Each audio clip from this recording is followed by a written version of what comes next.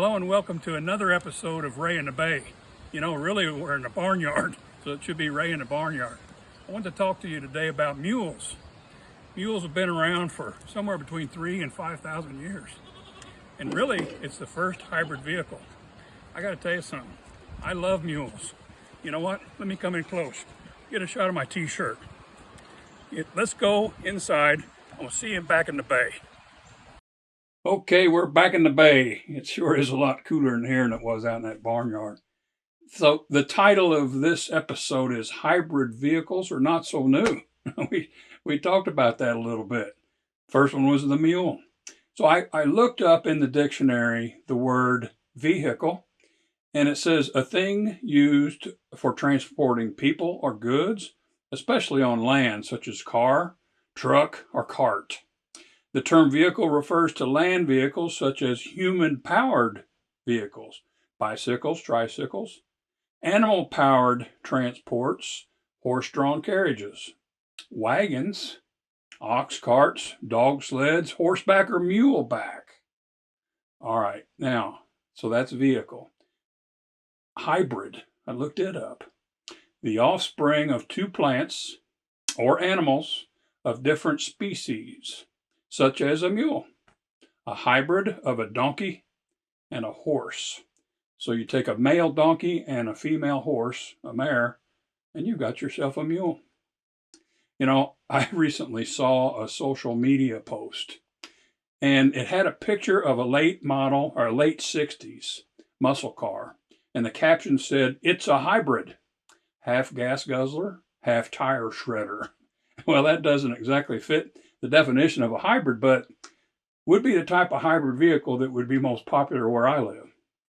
You know, the way I see it, after looking at the definitions of vehicle and hybrid, the strong and noble mule was the first hybrid all of history. It's offspring of a male donkey, as I said, and a jack, and a female horse, but here's the neat part. Mules inherit from donkeys the traits of intelligence, sure-footedness, toughness, endurance, disposition, and natural cautiousness. From horses, they inherit speed, conformation, and agility. They grow faster and live longer, giving them a larger interval of productivity compared to horses or donkeys. That tells me that a hybrid of anything could possibly be better than either original when it takes the best traits from both. You know, we'll come back to that later. It's historically documented that the grazing ranges of horses and donkeys began to overlap before 1000 BC. Other accounts put it at 3000 BC. That'd be 5,000 years ago. The Hittites, a people of Asia Minor, known today as Turkey, they are known for their horse riding skills. They held mules in higher esteem than their very best horses. In fact, the price of a mule was 3 times that of a good horse for the Hittites. Similarly, mules were 7 times as valuable as donkeys to the Sumerians. So the hybrid mule sold for more because of their desired traits. Oh, and did I mention they require less food than horses? I think that means they get better gas mileage. Big advantage there, isn't it? Hey, let's fast forward 3,000 or 5,000 years and check on hybrid vehicles today. To start with, if I was a CEO of a major automotive manufacturer, I would definitely have a model called the Mule. I would maybe bring back hood ornaments too while I was at it, like Jaguar does for the chrome cat on the hood. Wouldn't a chrome mule's head with long ears blowing in the wind look distinctive? Or maybe a mule in a full speed ahead gallop, ears blowing back in the wind. If the right person sees this, I don't need any credit or royalties for this idea. Just leave one parked out here in my driveway. Enough mule fun for now. What about a modern day hybrid gas-electric automobiles? Well, like the title of this article explains, hybrid vehicles are not so new. 3,000 to 5,000 years, as a matter of fact. But in the automotive industry, the history still spans over a century. We had experimental models in the late 1800s and early 1900s, and gaining significant traction in the late 1990s with the Toyota Prius. Hybrids were developed and produced in the early 20th century. Mass production, commercial success primarily emerged in the late 1990s and 2000s. Early on in 1889, for example, a German engineer named Piper developed the world's very first petroleum electric hybrid vehicle. Another automotive engineer you might have heard of, a fellow named Porsche. A hybrid electric vehicle was among the first to come out in 1901. And later he created the VW Beetle. And of course, you know he's the founder of Porsche. They just really didn't take off in a big way because the battery technology wasn't what it needed to be back then. Of course, gasoline-powered cars continued to improve. In the 60s, however, we saw a renewed interest in electric and hybrid vehicles due to growing concerns about air pollution and the Clean Air Act. So Toyota's Prius, introduced in 1997, was the first mass-produced hybrid vehicle, or HEV. And you know what? Fuel efficiency. that ring a bell? And widespread popularity. Then Honda in 1999 happened to be the first that was mass-produced and sold here in the United States. Hybrid technology continued to evolve, leading to various hybrid configurations, including plug-in hybrids and advanced battery technologies. Today's hybrid vehicles use both a gasoline engine and an electric motor for power, and that offers great fuel efficiency compared to traditional gasoline engines. They utilize regenerative braking to charge the battery, and in some cases, they can operate solely on electric power at lower speeds. Hybrids come in various forms, including mild hybrids, full hybrids, and plug-in hybrids. So, two power sources, right? A gasoline engine, an electric motor, and a battery pack. The electric motor's role is to assist with acceleration and provide power at low speeds and can shut off the gasoline engine under certain conditions. The regenerative braking system that we talked about uses the vehicle's kinetic energy to convert into electricity and store in the battery. The combination of gasoline and electric power allows hybrid to achieve higher fuel economy than gasoline-only vehicles ever could. Great benefits: fuel economy, better mileage, of course, reduced emissions.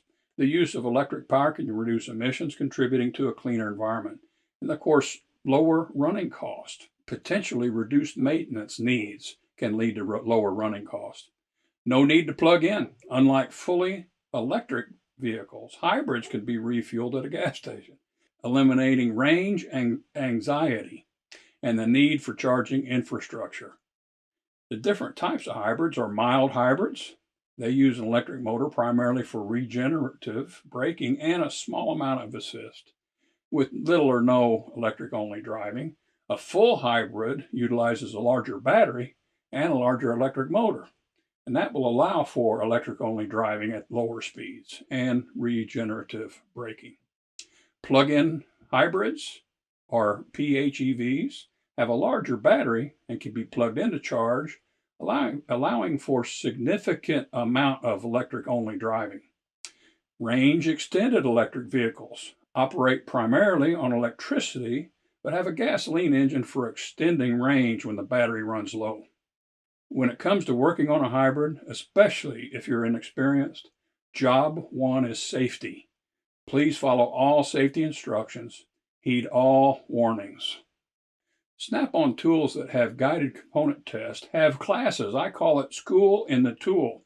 I would certainly recommend taking the classes, starting with safety and then others to give you the fundamentals you need to take on these hybrid systems. Even the terminology is different from what we see used on gas or diesel engines. These classes even go into that.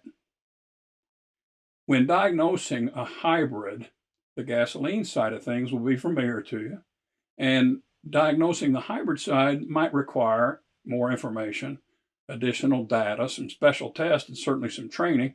The hybrid systems and subsystems will have custom data. The data will be related to the battery, of course, along with temperatures. Then there is the control units and the chargers. Snap-on Smart Data has min-max specification windows that will flag a PID or data out of spec, making diagnosing these vehicles much faster and much more accurate. A case study we came across involves a Toyota Prius. It had a P0A CO code, which is the battery current sensor circuit failed. We'll need to go to guided component test to find out how the circuit and sensor works, how to hook it up, and how to test it properly, and what it should look like on a meter or a scope. I recommend that you always go to get a little training before you start, especially if this is the first time. It'll make you profitable. So it's on the job training, and you'll be earning while you learn. You have operation info along with the best test location, pin assignments, and specs. In this case, the vehicle's out of spec and test bad. So we replaced the battery current sensor, and now you will need to calibrate the new sensor to the hybrid ECU. This will allow the vehicle's hybrid system to charge properly. So from service, resets, and relearns, we will simply need to request battery current initialization.